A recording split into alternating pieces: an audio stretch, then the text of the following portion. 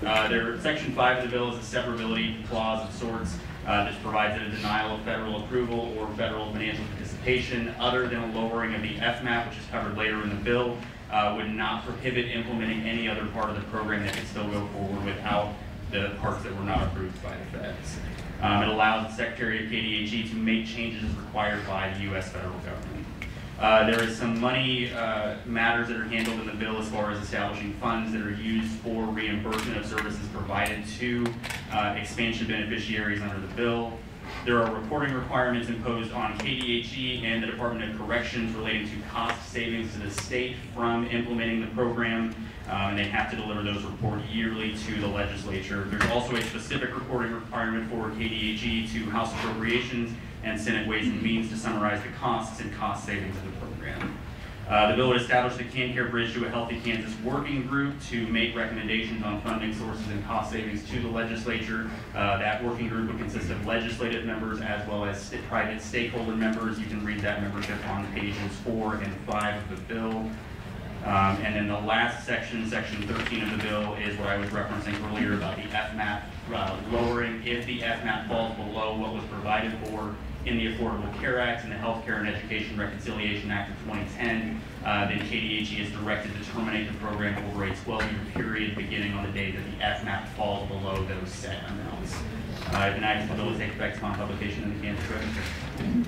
And Mr. Everett, I assume that if we would pass this bill out, we need the technical amendments to adjust the date. Yes, some of the dates will not make sense as they're written. Okay, all right. Questions? All right, we're going to move right to proponent testimony.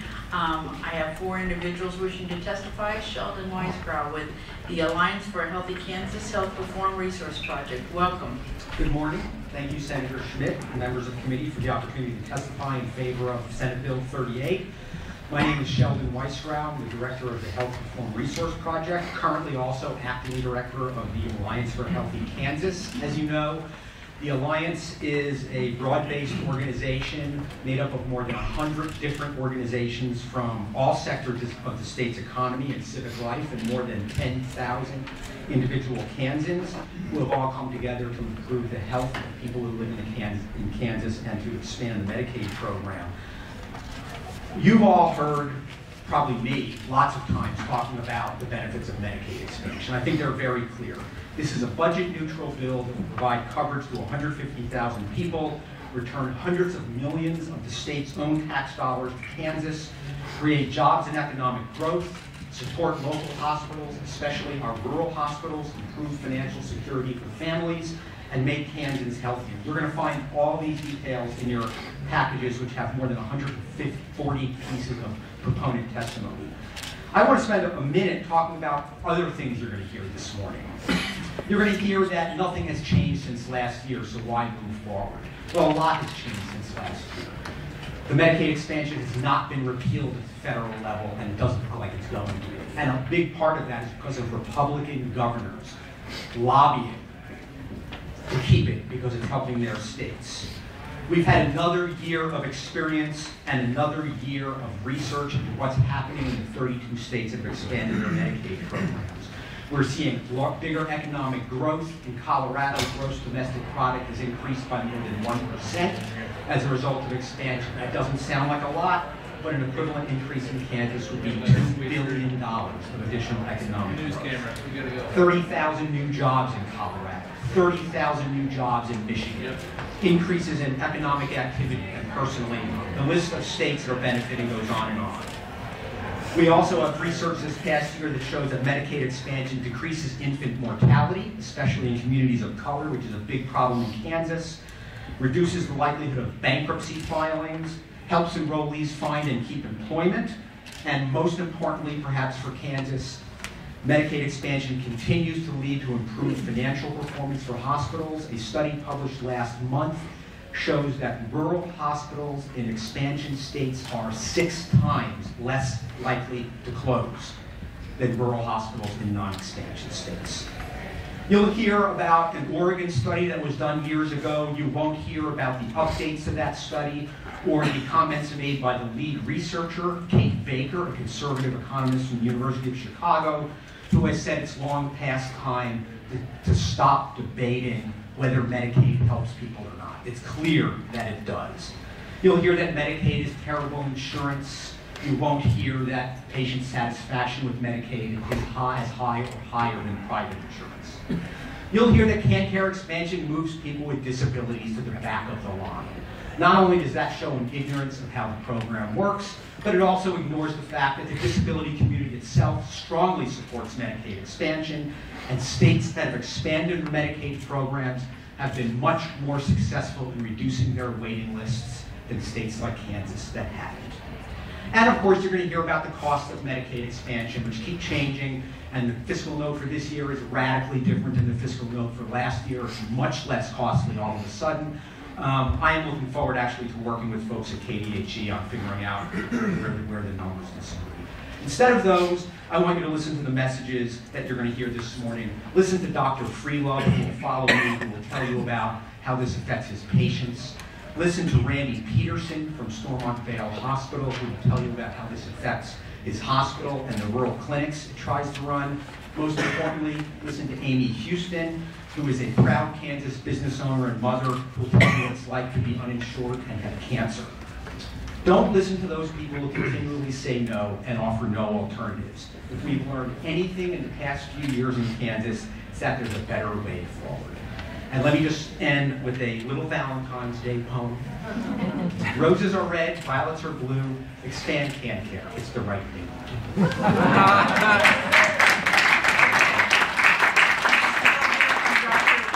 Robert Freelove, he is the Salina Family Health Care Center, Smoky Hill Family Medicine Residency Program. Welcome, good to see you again.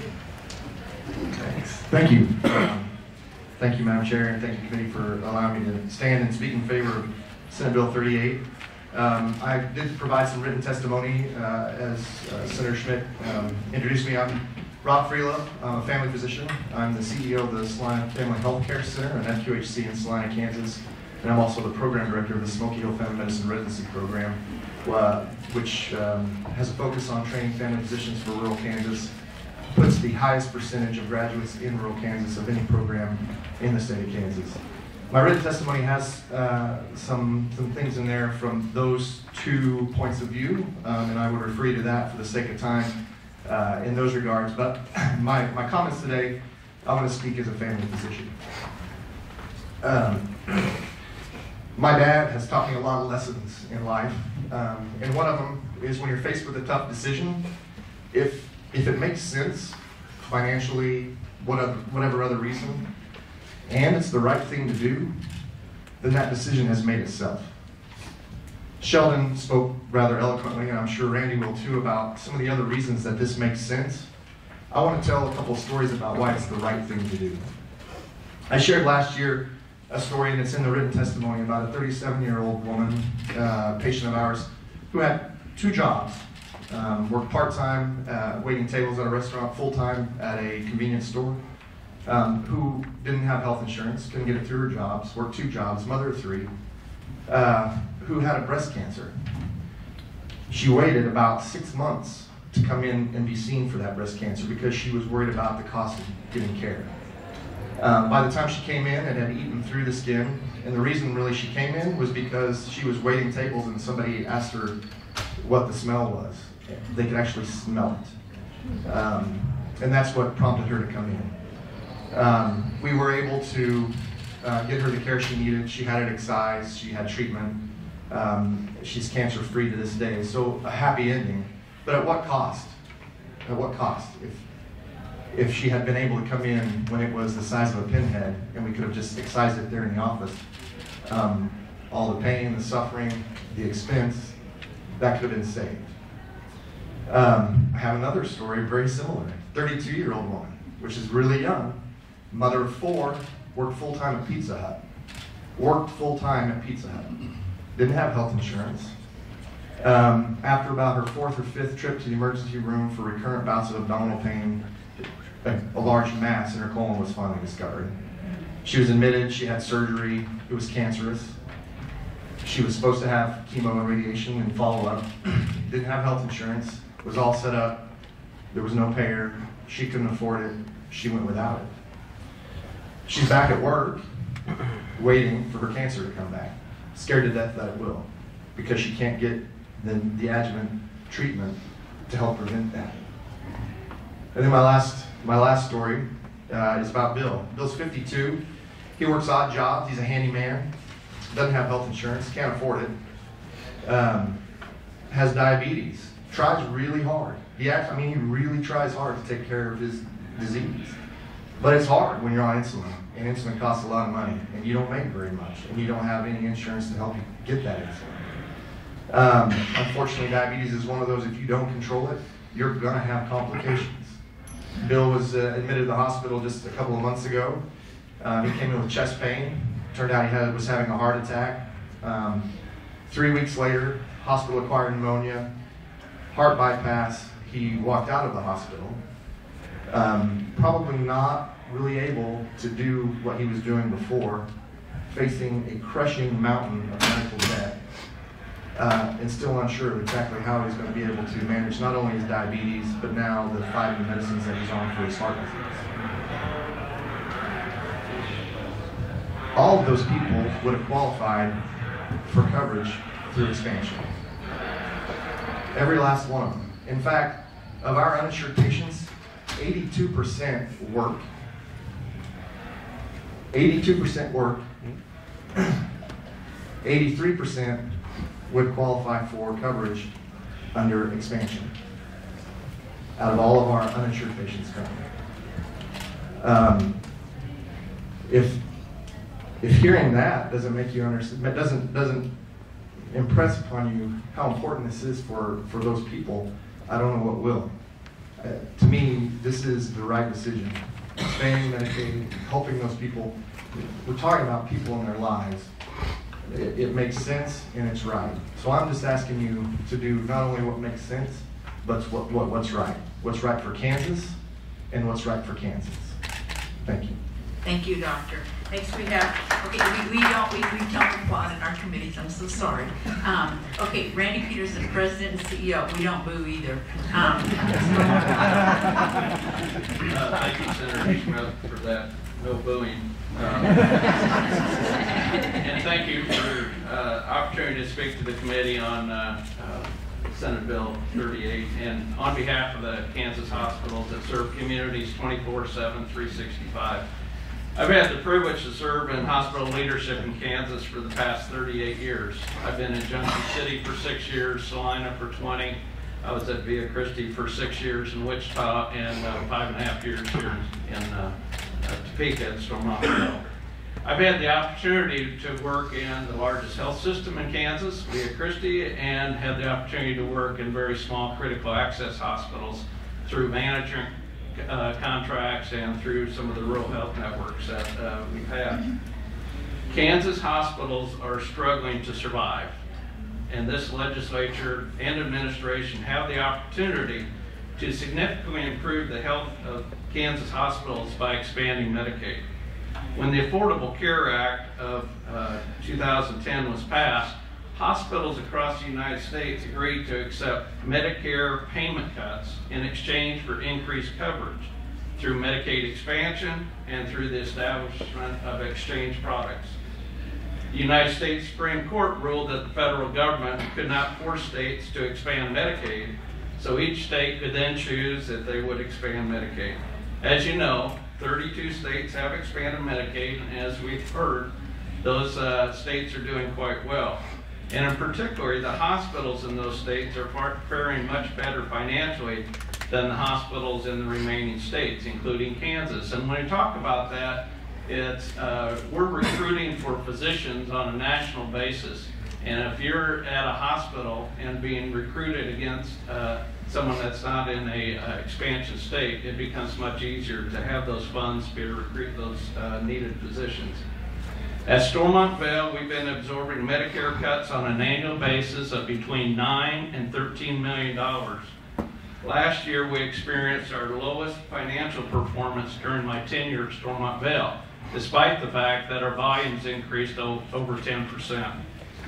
Medicaid expansion is projected to bring approximately $20 million of revenue to Stormont as the patients that currently qualify for discounted or free care would convert to being covered by Medicaid. This improved revenue is important for all Kansas hospitals. Even the smallest critical access hospitals would realize new revenue in the range of $50,000 to $1 million with Medicaid expansion. These dollars could be the very margin that is necessary for these hospitals to remain open. Hospitals are the lifeblood for many communities, and if the hospital closes, it will have a very negative impact on the community's ability to remain viable. We have seen the impact of the closure of the hospital in Independence, and nearly experienced the closure of St. Francis Hospital here in Topeka last year. In both cases, the financial situation of these hospitals was related to the fact that Kansas has not expanded Medicaid. One way to keep healthcare accessible in our Kansas communities is to ensure more patients. The Bridge to a Healthy Kansas will provide more low-income individuals with healthcare coverage, which in turn helps maintain access to local healthcare services in Kansas. This action is estimated to result in a net financial gain to Kansas of more than $58.3 million in 2018 and $106.2 million in 2019. More than 75% of Kansans support expansion.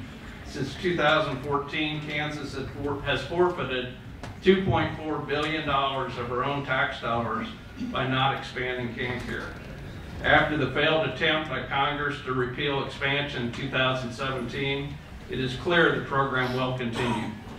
On behalf of the hospitals in Kansas who serve their communities 24/7, 365, we strongly urge the committee to take action and favorably adopt Senate Bill 38.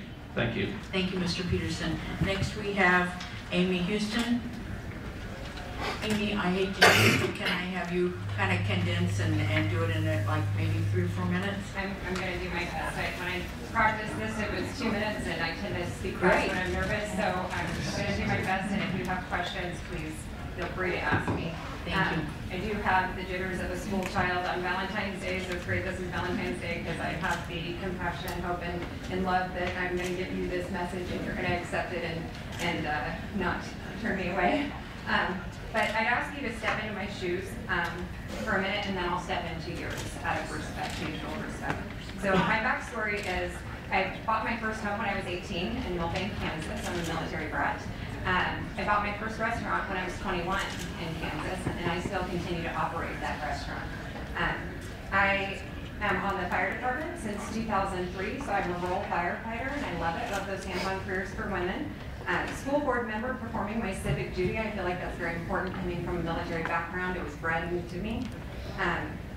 I was a vibrant young mother, 28 years old, when I was diagnosed with Hodgkin's lymphoma. I had to sell my restaurant, put for sale real quick. I had 2 weeks to start my treatments. I did start my chemotherapy, but I had to keep my corporate job. At the time I was working in town, had a little extra income in to get out of my little self-employment bubble of, you know, when you live in a small town and work your own business, you kind of get into a bubble. So I got to work in town. It was just God's good grace that I ended up having a job with medical insurance, working as a GM. But when I was diagnosed with Hodgkin's, unfortunately, I hadn't been working there for a year, so the corporation had let me know, you don't have FMLA, sister, so you're going to have to work to perform the duties of your job. So I had to work 10-hour days in a row. One of the responsibilities of my job was that it was a 50-hour work week. So in those 10-hour days, I worked those, and again, I have children, small children. On my 11th day, I had my chemotherapy, then I tried to get better, and then I went back to work for 10-hour days. This cycle went on every 14 days for almost 6 months. It was exhausting. I was bone thin. I was 40 pounds lighter than I am now. My hair had fallen out. I had skin rashes. My children were suffering. I literally, in one experience, which this is graphic, and I apologize, but I want to make sure you understand the extent of what I was going through at that time. I was so sick driving home from the chemotherapy and so tired and just wanted to get home. But I didn't have the patience to stop my car and pull over. So I just vomited out the side of my car as I was driving because I needed to get home. I needed to get some rest. I was so exhausted. And for 2 weeks, taking my children to school, there was dry vomit on the side of my car. So that's one of the things that my children remember. They have a lot of poor memories from that time. But I was put into remission, and I was able to reopen my restaurant because the gentleman that bought my restaurant defaulted on payment during my chemotherapy, so I repossessed the equipment. So positive and negative there. Moving forward, when I started my radiation, that's every day. You can't do that every 2 weeks, so I did have to lose my corporate job and start paying for COBRA. Medical bills started coming in, and you get the small medical bills that are $300 to $400, and those are from your anesthesiologists, your surgeons, your individual doctors. And those you can't make payment plans on, so you have to let them go to collections in order to make payment. So I had to, after I extended all of my credit, I had to start letting things go to collections, which my credit score went down horribly. So I had this high debt, and I had all of this stuff on collections, and the bigger industries like the hospital and the cancer center let me make payments, but over $60,000 worth of medical debt is what I ended up with. And that was with having medical insurance at that time. Okay, so that's my portion of medical debt from having cancer at 28 years old. In 2013, Dr. J, my oncologist, retired, and he had told me, because of how closely they were monitoring me, that the cancer had come back in my left neck. He said you wouldn't know it if it wasn't for the fact that we were looking at you so close. We were monitoring you. So he said, you know, I'm not really worried about it, but unfortunately, I mean, you're not going to be able to get off of this train in 5 years like most people who go into remission, right? You're going to have to keep seeing me, and we're going to have to keep doing this every 3 months. At that time, I had decided to file bankruptcy. It was really hard. I had to drop my pride. I'm a very prideful person. I believe in paying my bills. I'm very fiscally responsible. And but I was so depressed. I was so overwhelmed. I had all this debt. I didn't know what to do. So I went to a bankruptcy attorney in Wichita, and I found out I didn't qualify for bankruptcy. I will elaborate on that if you want, but I don't qualify for bankruptcy. It was not an option for me. So I had to figure out how to pay my bills. So instead of continuing my medical care and going back to the oncologist, I decided I needed to get my life back on track. And by getting my life back on track, I had to cut my debt, start paying down debt, and I had to stop the bleeding. I had to stop going to the doctors and adding more debt, because by this time I no longer had medical insurance. I did apply in Marketplace 5 years in a row. All 5 times I was sent to Medicaid. All 5 times Medicaid denied me. During the months that I could afford medical insurance, I would get medical insurance. I would get as much stuff done I could in those few months that I had medical insurance, and then I would just cancel my insurance because I couldn't afford the premiums. So I'm sure Kansas insurance companies lost a lot of money on people like me over the last 5 years. Now I want to step into your shoes real quick and say, who is Senate Bill 38 targeting? Who will it help? The first demographic is people that are already on Medicaid. As a small business owner in Kansas, I have 2 or 3 people a month that contact me and ask me if I will employ them under the table, because they're on Medicaid and they can't make more money than what they make, but they want to work. They want to make more money. They want to do something with themselves. And you are holding those people back by not expanding Medicaid, because they can't make more than $9,000, or they lose their insurance. So, you know, let these people work. Let them grow to their full potential. Believe in your Kansas constituents that are already on Medicaid that they have a desire to do more than sit on the couch, because they do, I assure you. Your second pocket is your startups and your small businesses. So as a politician, stimulate the economy. Tell the main streets of your small towns that it's okay for a business to open up, that, yeah, you're not going to make money in the first few months, or even maybe the first few years, but you're going to have medical insurance. Take that jump. Open up that business on Main Street, Kansas. Our downtowns need it. So tickle that economy. Give us a reason to get people in those businesses and start up those businesses, and give a reason for business owners to stay open and keep their doors open. The third demographic is your rural Kansas farmers and your hearts that pub community.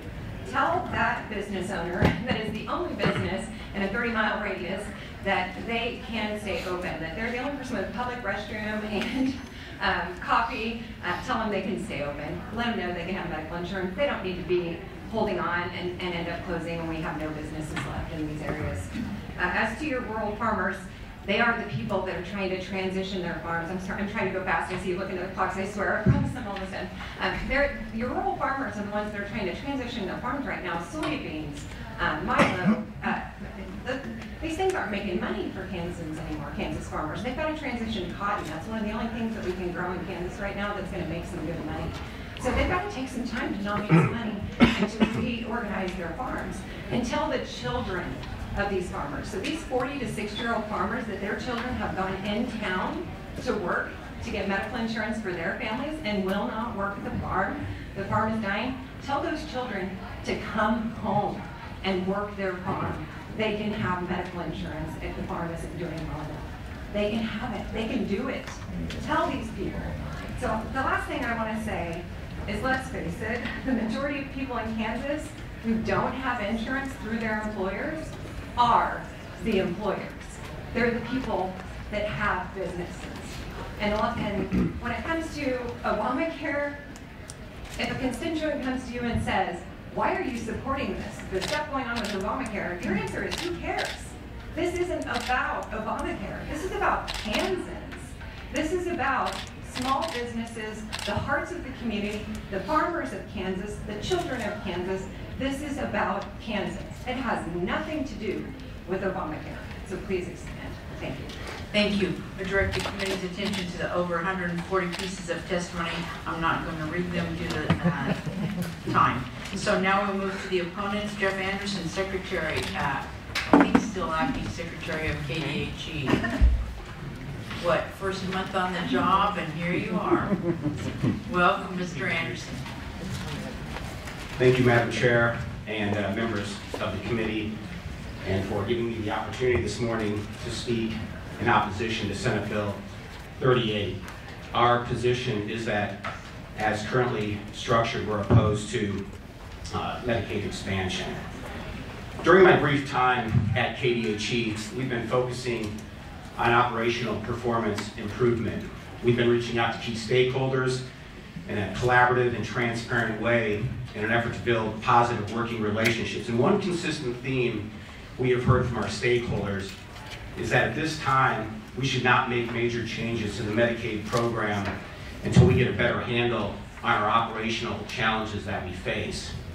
Now, enhancements to the Medicaid program that we do support and are being discussed in the legislature include strengthening the mental health system, expanding access to substance abuse treatment, and increasing accessibility for all Medicaid recipients through the use of telemedicine and telemonitoring. The associated fiscal note for Senate Bill 38 reflects that the first full year of implementation, 2020, the cost to the state will be approximately $22 million, and that's a cost that will be carried forward each additional year. I think it's important to note that the vast majority of states that have implemented Medicaid expansion have seen enrollment numbers that far outpace their initial projections. And then, of course, the state must contend with the deleterious fiscal consequences that those numbers present. And finally, even this week, additional comments have come out of Washington from our administration as it relates to their potential direction they may be going with Obamacare and Medicaid expansion.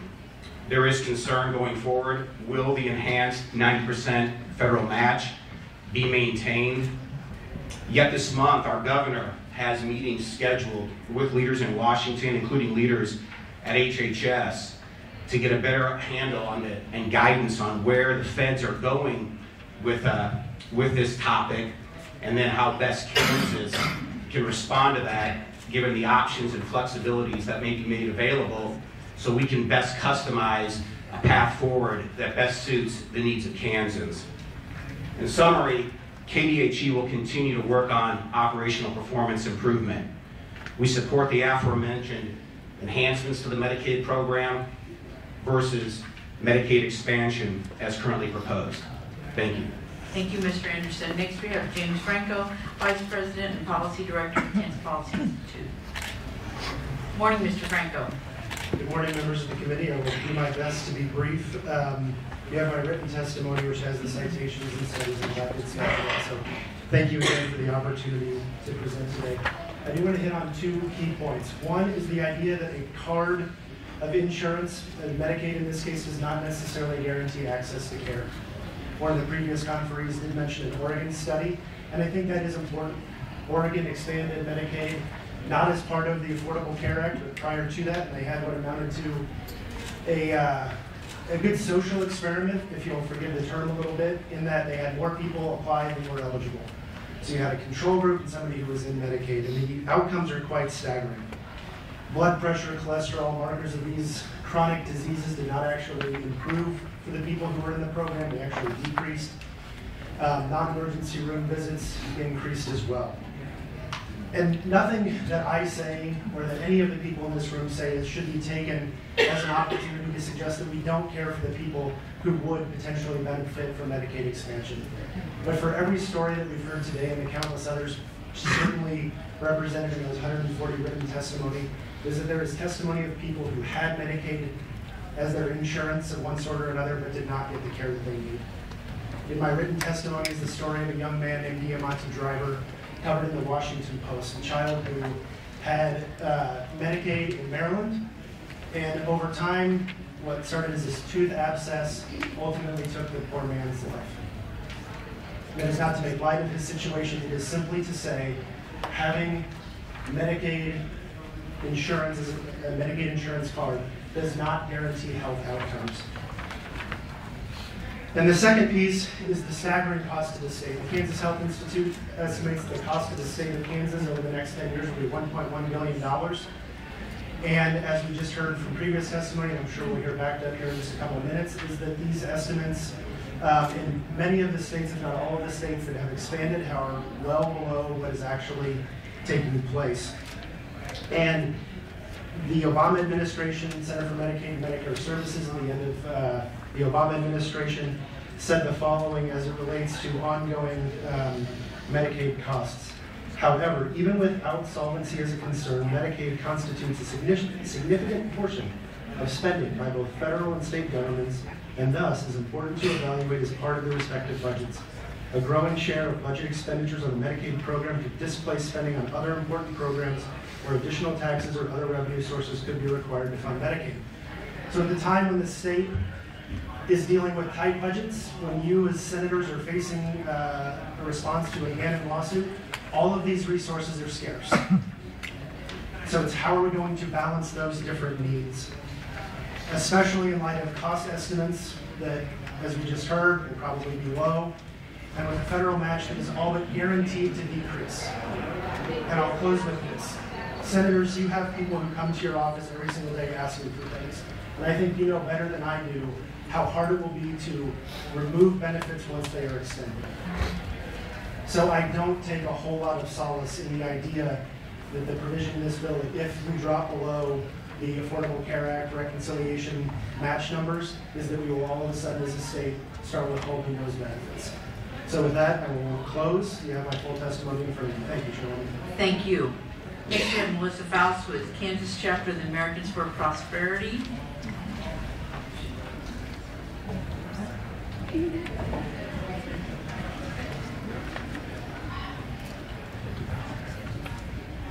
Good morning. Good morning. That was the journey. Thank you, Madam Chair, and good morning, committee members. I appreciate the opportunity to come before you today and speak on Senate Bill 38. My name is Melissa Faust, and I'm here today representing the Kansas State Chapter of Americans for Prosperity and our over 50,000 activists from across the state.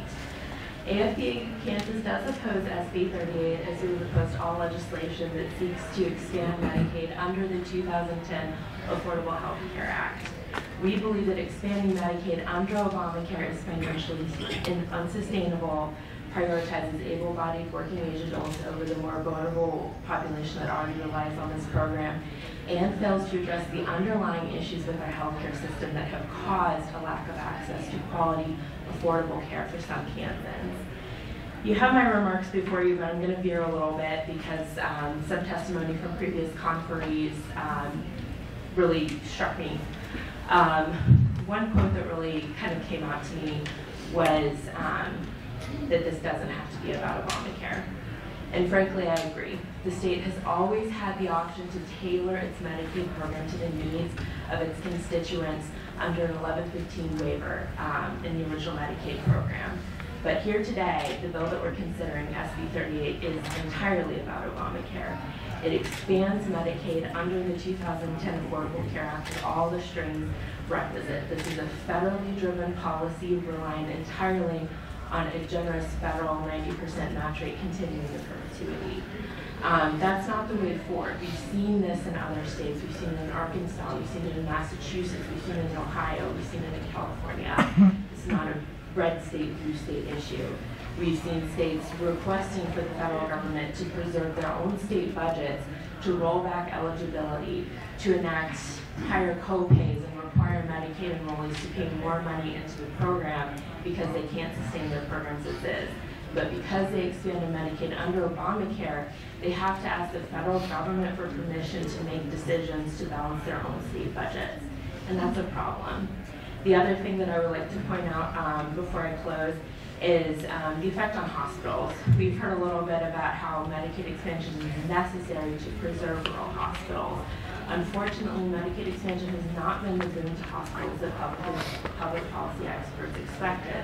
And in fact, just in December of 2017, just a few months ago, Moody's analysis once again downgraded the outlook for nonprofit and community hospitals in both expansion and non-expansion states. And part of that analysis stated that the money from the ACA has now been incorporated into hospitals' finance structures, but because of the trade-off for lower reimbursement rates in Medicaid and higher emergency room utilization, hospitals' financial structures are still in trouble even in expansion states. So this is not the solution for hospitals either. AFP believes that Kansans deserve better than a program with a risky financial future that has longer wait times, lower physician acceptance rates, and poor health outcomes in private insurance. We aren't advocating for you to do nothing. We think that you should enact market-based reforms to help decrease the cost of healthcare and increase the actual supply of providers to meet the needs in front of you. If you want to recruit more physicians, it might be helpful to have more reciprocity agreements with other states and join interstate compacts to make it easier for highly trained medical professionals to come into your state and provide care. These are solutions that won't break the bank and also won't come up against your other high priorities, things like education, police and firefighters, other functions that have to get funded by the state. So for those reasons, we encourage you and respectfully ask that you vote no on SB 38, and we look forward to working with you in the future. Thank you. Thank you. Next, we have Greg Feister, the Foundation for Government Accountability. And again, I would ask that you keep your remarks short so that we can, I assume there will be questions.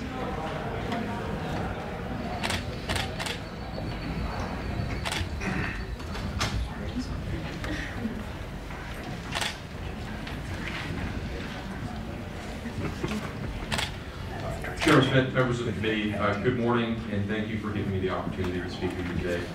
My name is Greg Pfister, and I'm with the Foundation for Government Accountability. Medicaid expansion is an issue that we have worked on since 2012. And as you consider going down this path, I would like to share some of the issues that we've encountered. 4 important findings are that expansion puts the truly needy at risk, enrollment is unpredictable, cost is uncontrollable, and state priorities tend to suffer. Presently, Kansas extends Medicaid coverage to some of the most vulnerable people in society: pregnant women, children, seniors, and those with disabilities, individuals that due to life circumstances are unable to take care of themselves. Expansion does not help these people. This is not assistance for someone's elderly grandmother who's struggling to live. This money doesn't go to the developmentally or the physically disabled. SB 38 is about growing welfare. Obamacare created a new group of enrollees, adults between 19 and 64, that earn incomes up to 138% of the federal poverty line. These adults don't have disabilities, most of them are without children, and don't work a full-time, year-round job, even though a full-time minimum wage job is enough to lift them out of poverty. Despite this important information, a number of states have gone down this path, and the result has been a disaster. To begin with, enrollment is unpredictable. CMS, Kaiser, the Lewin Group, Urban Institute, and the Congressional Budget Office have all underestimated enrollment. State estimates have not been better. Out of the 24 states that have made their projections publicly available, citing that only 5.5 million adults would enroll, have all been wrong. The actual enrollment passed those projections significantly, showing that enrollment has been at least 11.5 million able-bodied adults enrolling, an overrun of 110% on average, more than double projections. Arkansas is 51% over budget, or over projections. Ohio is 60%, Colorado 139%, and Kentucky is 134%, just to name a few. The over-enrollment is made worse by the fact that per-person expansion costs have exceeded the Obama administration's projections by 76%. And expansion has cost taxpayers 157% more than expected. In Alaska, expansion was $273 million over projection in the first 2 years. In California, expansion was $32.1 billion over projections in the first 3.5 years. And in Ohio, expansion was $7.1 billion over budget in the first 3.7 years. One thing that we've seen across the country is that once the state expands Medicaid, there's a trade-off between which budget priorities are going to be cut and then which priorities are going to be cut again. Because once you go down this path, you become like Arkansas, Ohio, Colorado, California, and Kentucky. Funding for education, police officers, infrastructure, and most importantly, the truly needy, are often the casualties of expansion. By 2020, Kansas would be responsible for 10% of the expansion costs compared to traditional Medicaid, where Kansas pays about 46%. In the future, legislatures might have to make a difficult cut decision, and it's obvious which program would be the best value to the state. Because Kansas said no to expansion when other states rushed in, you have the benefit of seeing this disaster unfold in 31 other states and the District of Columbia. Expansion is not uncharted territory. If Kansas goes down this path, we already know the future. Medicaid expansion prioritizes able-bodied adults over the state's most vulnerable citizens. Its growth is unpredictable, its costs are uncontrollable, it will eliminate budget flexibility, and it will crowd out priorities. The real disaster in all of this is that it puts the truly needy at risk. Thank you again, and I'm happy to answer any questions that you might have. Thank you. I would just point out that your written remarks do not coincide, your statistics do not coincide with your oral remarks do not coincide with your written remarks, with the numbers that you said. So if you have a chance to update your written testimony, let us know. Certainly. I'm sorry, I made a few adjustments to try to make up for the time. I'm talking about billions of dollars, millions. I'm talking about the dollar amounts don't match what your testimony, what I have. But anyway, you can update that if you like. Okay. All right.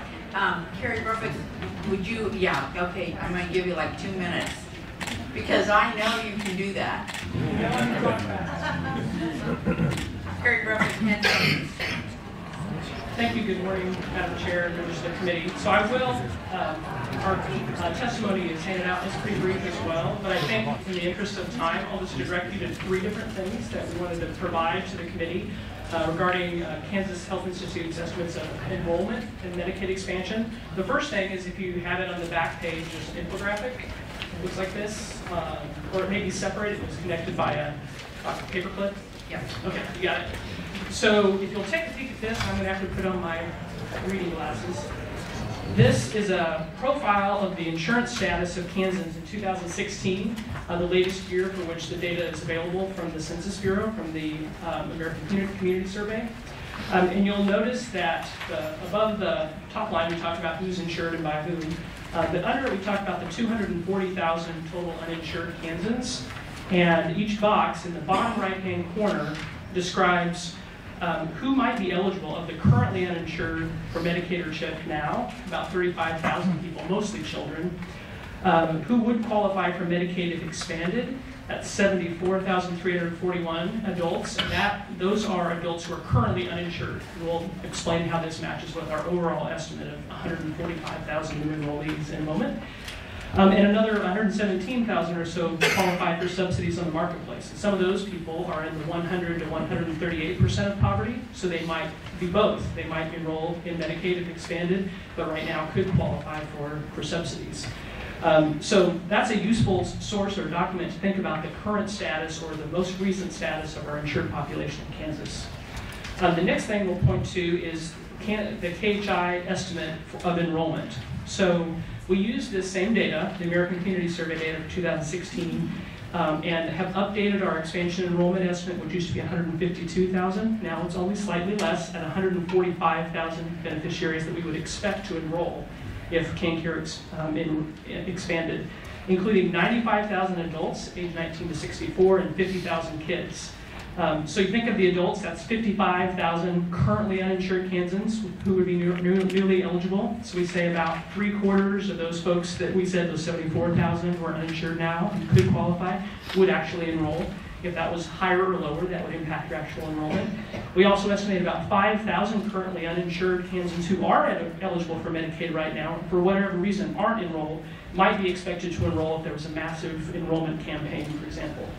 And as many as 36,000 currently insured adults who would be projected to switch from some other form of coverage to Medicaid.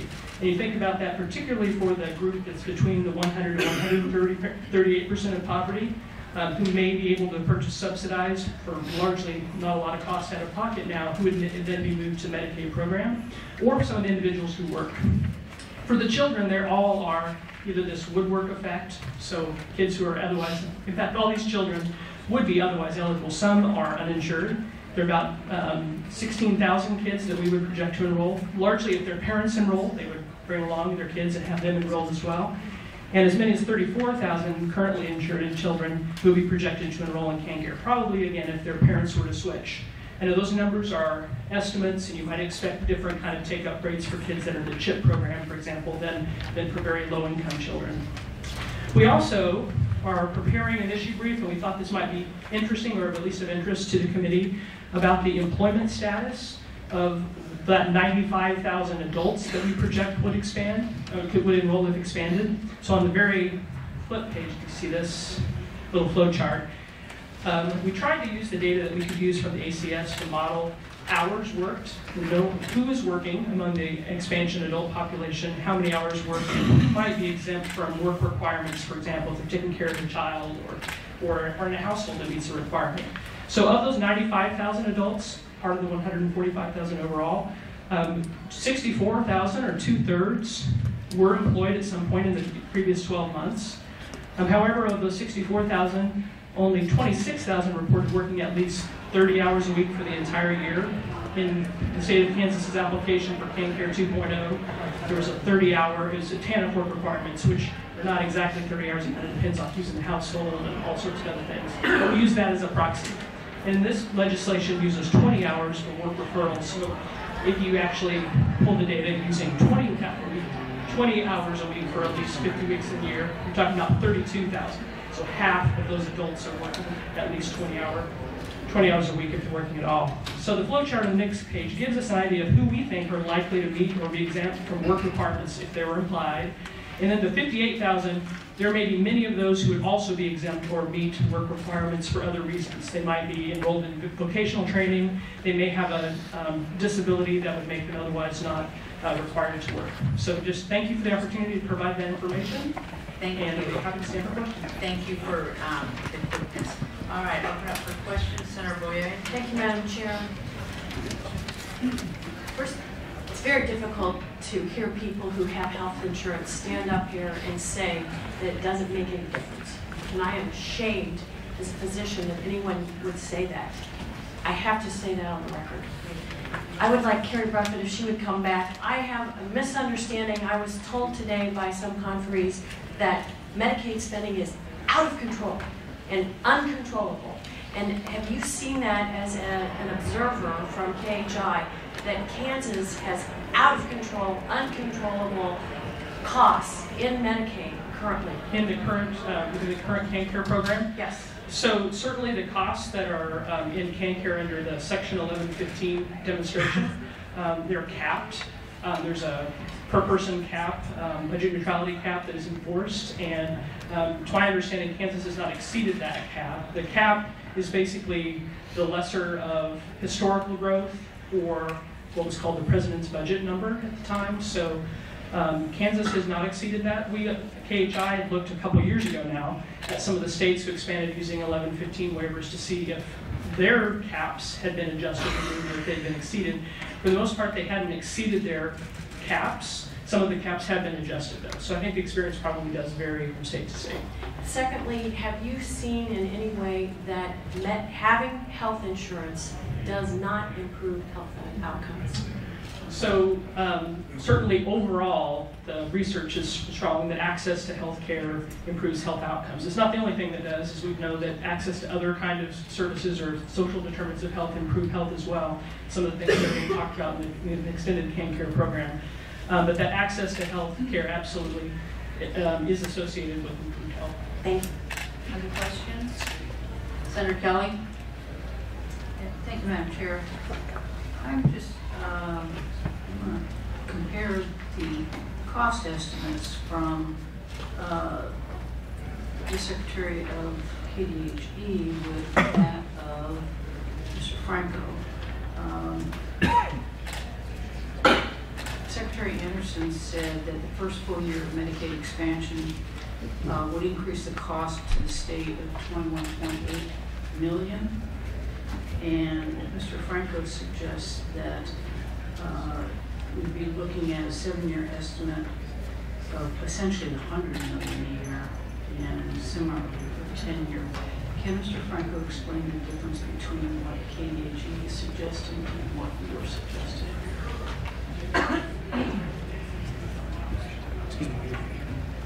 Before you start, hot off the press, I guess we got an email this morning, but the new fiscal note is out. So thank you, Mr. Franco, for letting me interrupt you. Okay, having not seen that fiscal note, if I heard you correctly, Senator Kelly, the number that I cited in my testimony is that the Kansas Health Institute was estimating $1.1 billion over 10 years. So I would refer you to their estimate as to what the costs would be. Ms. Bruffett? I was going to talk about that, but I had a feeling I had to ask, so I could increase my mic time this way. So in the November 2016 estimate that KHI produced, we projected what the direct cost to the Medicaid program would be if expanded, and that includes the cost to that woodwork effect or the crowd-out effect that we had talked about. We did project about, that probably is about the right number, about $1 billion over 10 years. What that number doesn't include, as we pointed out in that testimony a couple years ago, are any of the offsetting costs or savings that I think likely, having not seen the fiscal note, but likely are included after a discussion in the last couple of years in committee by the Kansas Department of Health and Environment. For example, increased drug rebates and the opportunity to move perhaps some populations who might be eligible under a different FMAP rate to the higher, now 94% and eventually 90% federal match rate. So I would assume those are the differences without having seen the fiscal note. Madam Chair, I'm trying to figure out what this fiscal note is.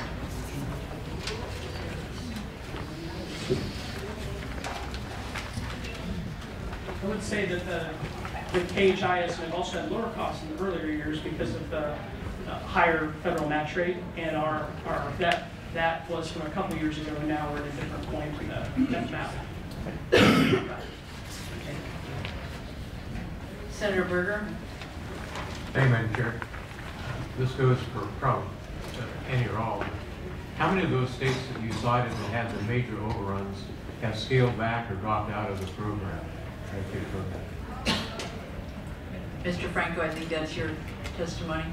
I would defer to the Foundation for Government Accountability. That was the substance of their testimony. Okay.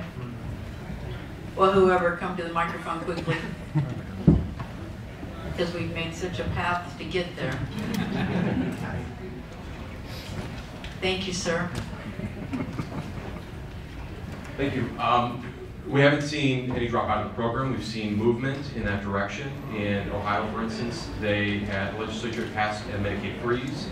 We saw similar legislation in Arkansas this past session, and I believe in Pennsylvania as well. So nobody stopped that? Yeah, once you're enrolled, getting out is a little bit difficult. We've seen movement heading in that direction where the states have tried to take control of the program once again. Senator Berger? One more question. A few years ago, the legislature commissioned a study of efficiency of state government. And one of the recommendations of that study was to expand Medicaid, CAN Care. Where's the disconnect there? They're looking at efficiency and increased revenue for the state. And all I'm hearing now is it's not going to be. state. So what would that study suggest? I haven't had the benefit of seeing that study. I would say that based on what we've seen and what we've have reported, I think Moody's Investment Services has said that there's no financial difference between hospitals that have expanded and those that haven't. The Congressional Budget Office has said that Medicaid expansion discourages work. And everything that we've seen based on the projections that states have given and where their costs are currently at, there's been a significant disconnect in the financial cost of the program and then the amount of enrollment. So there is consistently issues with the cost of the program to the state. So I haven't seen that specific report, but I would say that what I've seen elsewhere has shown that expansion is pretty dangerous financially. Okay, go ahead, Senator. I do have one more. And when you look at the changes that have taken place in healthcare, rural hospitals especially, why wouldn't this expansion help save that access to healthcare in rural communities? Well, again, I can tell you what Moody's Investment Services has said, that there's no financial benefit in expansion hospitals over that of non-expansion hospitals, and that's because the amount of money that's generated is such a small sliver of a hospital's overall budget.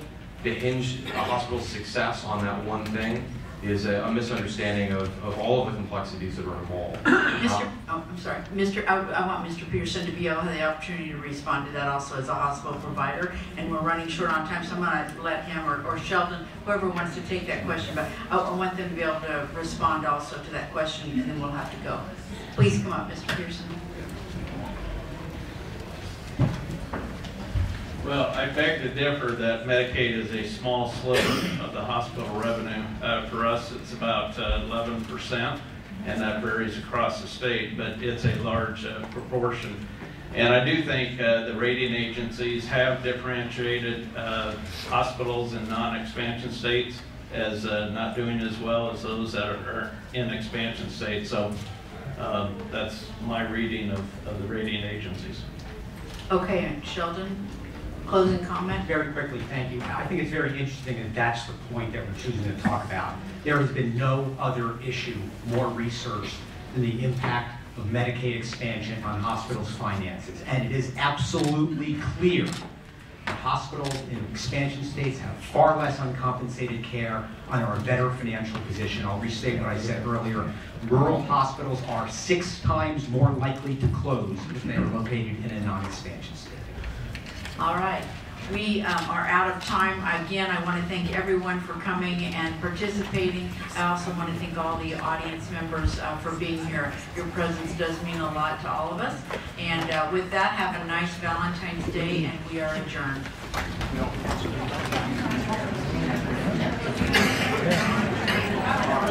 See you guys.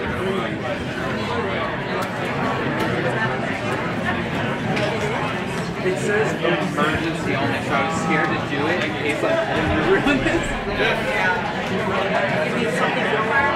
Yeah. I'm taking it. That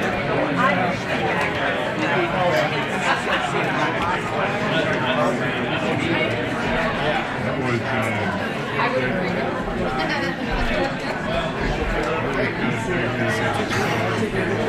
Sure.